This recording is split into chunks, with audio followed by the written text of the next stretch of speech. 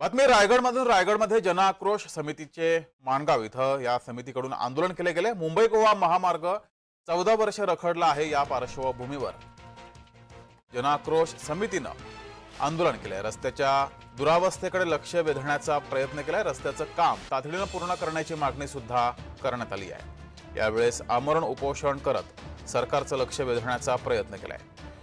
मुंबई गोवा महामार्गाचं काम गेली 14 वर्ष रखडले। याबाबत सरकारला जाब विचारण्यासाठी आणि हे काम तातडीने पूर्ण व्हावं या मागणीसाठी मुंबई गोवा महामार्ग जनआक्रोश समितीच्या वतीने माणगाव इथं उपोषण केलं गेलं।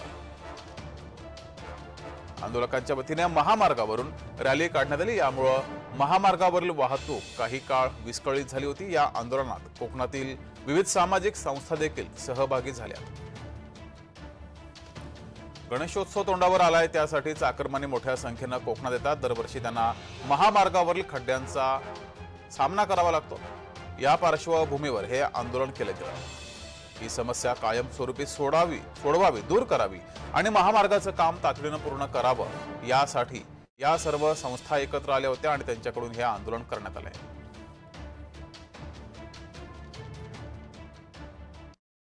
मागील 17 वर्षापासून रखडलेल्या मुंबई गोवा महामार्गासाठी आज जनआक्रोश समिती आणि कोकणातील विविध संघटना या ठिकाणी आमरण उपोषणाला बसलेले आहेत। मागील 2 वर्षापासून आम्ही अनेक सारी आंदोलनं केली, परंतु शासनाने आणि अधिकाऱ्यांना आम्हाला फक्त उत्तरे दिली, प्रत्यक्षात कामाला सुरुवात झाली नाही।